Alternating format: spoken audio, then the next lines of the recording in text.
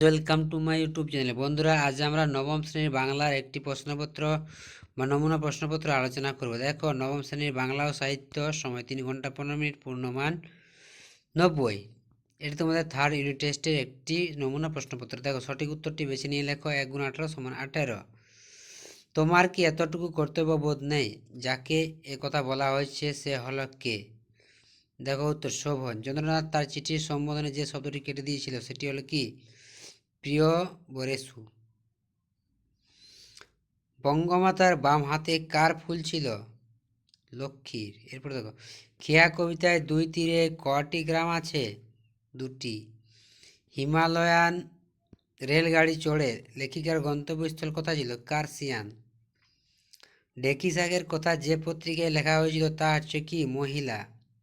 রাজা শ্যালক ধীবরকে বলেছিল, কি বলেছিল? গোসাপ খাওয়া জেলে। কোন প্রাচীন শাস্ত্রে স্বর্ণপণির উল্লেখ আছে? চরক সংহিতা। জেরেমি স্যান্ডার্সের কি অসুখ হয়েছিল?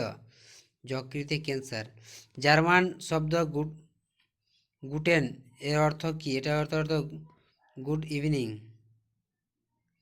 সন্ধি হলো বর্ণে বর্ণে মিল। বহিষ্কারের সন্ধি কি? বহিযুক্তকার। বহি বিসর্গযুক্তকার। দয়া শব্দটি কোন ধরনের শব্দ?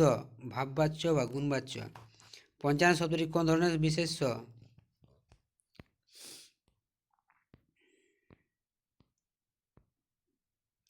সংখ্যাবাচক। দেখো, বোধহয় কোন শ্রেণীর বই? এটা হবে সংশয় সূচক।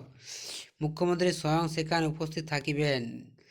নিম্নরেখ পদটি কি ধরনের সর্বনাম? এটা হবে আত্মবাচক সর্বনাম। মা আমাকে ভাত দিয়েছেন। নিম্নরেখ পদটি কি ধরনের ক্রিয়া? এটা হবে দ্বিকর্মক্রিয়া। মা শিশুকে চাঁদ দেখাচ্ছেন। নিম্নরেখ পদটি কি ধরনের ক্রিয়া? ক খ ঠিক, অর্থাৎ কয়ে প্রযোজক ক্রিয়া আর ক্ষয়ে সমাপিকা ক্রিয়া। এরপর দেখো, এখানে কম বেশি 15টি শব্দে নিজের প্রশ্নের উত্তর লেখো। 1 × 18 = 18। বাবা ছেলের খোঁজ পাওয়ার জন্য কি করতে গিয়েছিল? চন্দ্রনাথের দাদা কেমন ধরনের মানুষ ছিল? 3 দুইখানি গ্রাম কোথায় চেয়ে আছে? গাজনের বাজনা বাজে। গাজনের বাজনা কি? 5 দেখো, পথের 2 ধারে মনোরম দৃশ্য। মনোরম দৃশ্যটি কি ছিল? তারই আনন্দ হইল। কি দেখে লেখিকার আনন্দ হইল? ধীবর বৃত্তান্ত নাট্যাংশে কোন কোন চরিত্রের দেখা পাওয়া যায়? প্রফেসর শঙ্কুর প্রথম আবিষ্কার কি ছিল? প্রফেসর শঙ্কুর সঙ্গে দেখা করতে গিয়ে বার্লিন থেকে কে এসেছিল? হেরগোরিংয়ের কি অসুখ হয়েছিল? একটি বাক্যের দ্বারা শ্রেণীবাচক বিশেষের উদাহরণ দাও। সাপেক্ষ সর্বনাম কাকে বলে? মহৎ মূল শব্দের সঙ্গে ইয়ান ও জন যোগ করে 2টি তারতম্যবাচক শব্দ লেখো। ক্রিয়াপদ ধাতুর মধ্যে সম্পর্ক কি? সমাপিকা ও অসমাপিকা ক্রিয়ার মধ্যে পার্থক্য লেখো। নাম ধাতুর একটি উদাহরণ দাও। পুরাঘটিত অতীতকালকে উদাহরণ দাও। ঘটমান ভবিষ্যতের একটি উদাহরণ দাও। এরপর দেখো 3 প্রশ্নগুলো। 3 দাগের প্রশ্নগুলো দেখো। 3 × 1। এই প্রস্তাব আমার পক্ষে অপমানজনক। মন্তব্যটি কার ছিল? ব্যাখ্যা করো। 2 দেখো, সুতরাং তিনি জেনে শুনে মিথ্যা আর বলতে পারেন না। কে কেন মিথ্যা বলতে পারেন না?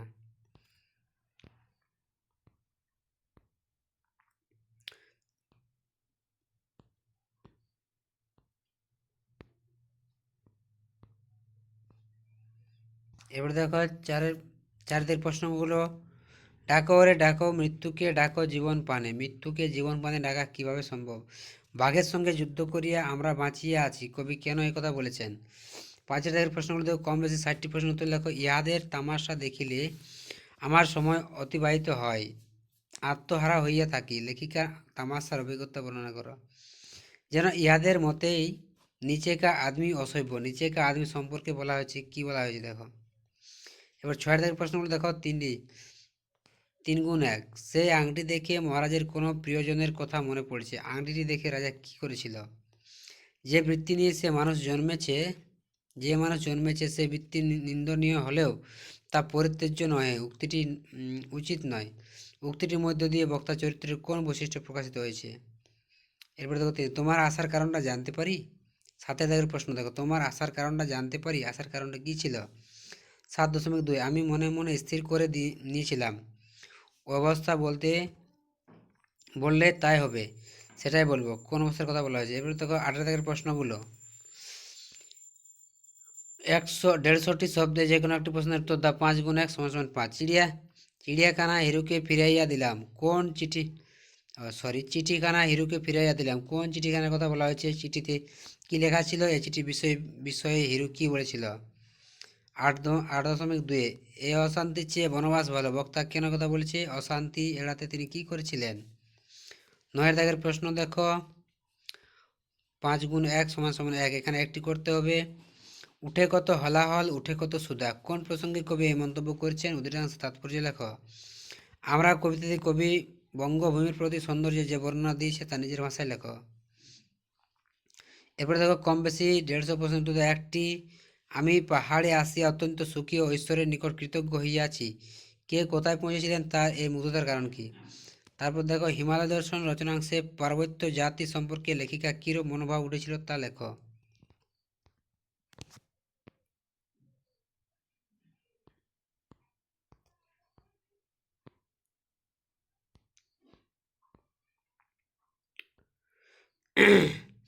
এরপর দেখো আমাদের প্রভু বলতে এখানে কার কথা বলা হয়েছে? মহারাজের হুকুমের শেষে কিভাবে বক্তা হতাশ হতাশ হয়েছিল? এরপর দেখো আংটি পাওয়ার পরে ধীবর যে অভিজ্ঞতা হয়েছিল তা নিজের ভাষায় লেখো।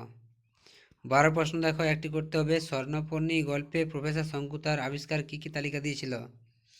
বা লোকটির প্রতি আমার অশ্রদ্ধা ক্রমেই বাড়ছিল, লোকটি কে, তার চরিত্র সম্পর্কে আলোচনা করো। এরপর দেখো 13 প্রশ্নগুলো, এখানে যে কোনো একটি প্রশ্নের উত্তর দাও। একটু ভাব সম্প্রসারণ দেওয়া আছে দেখো। পরের কারণে স্বার্থ দিয়া বলি, এ জীবন মন সকলই দাও, তার মতো সুখ কোথাও কি আছে, আপন কথা ভুলিয়া যাও।